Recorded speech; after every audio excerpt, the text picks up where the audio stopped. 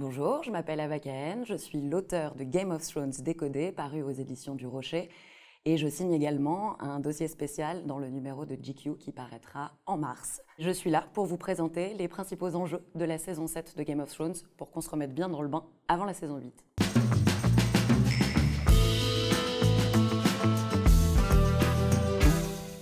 Alors dans la saison 7, tout se précipite vitesse grand V. L'hiver est aux portes de Westeros.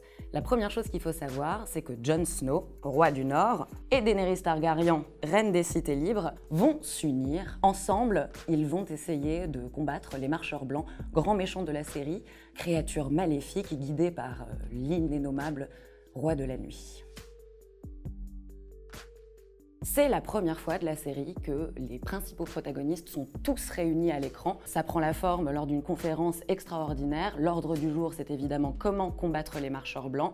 Il y a Daenerys Targaryen, il y a Jon Snow, il y a évidemment Cersei Lannister qui est la reine en poste. Et elle doute encore de la menace des marcheurs blancs, alors Jon Snow va lui ramener un spectre, une des créatures, pour essayer de provoquer un électrochoc.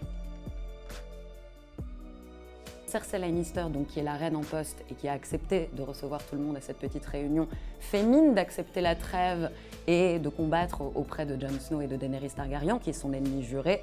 Cependant, elle ment. Elle se confesse à son frère jumeau, Jaime Lannister, qui est aussi le père de l'enfant qu'elle porte, et elle lui avoue qu'elle ne combattra pas et que son but reste inchangé, tuer Daenerys Targaryen. La famille Stark, bon alors, elle a été décimée. Il reste désormais un peu plus de deux membres, les deux sœurs, Arya et Sansa Stark. Elles se retrouvent à Winterfell après s'être perdues de vue depuis la saison 1.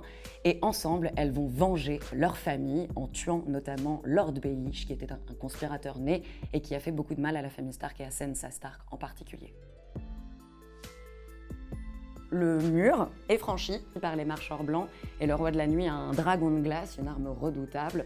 La dernière saison risque d'être sanglante, mais surtout va briser le secret autour de l'identité de Jon Snow, qui est le neveu de Daenerys Targaryen, avec laquelle il couche désormais. On est dans de beaux draps.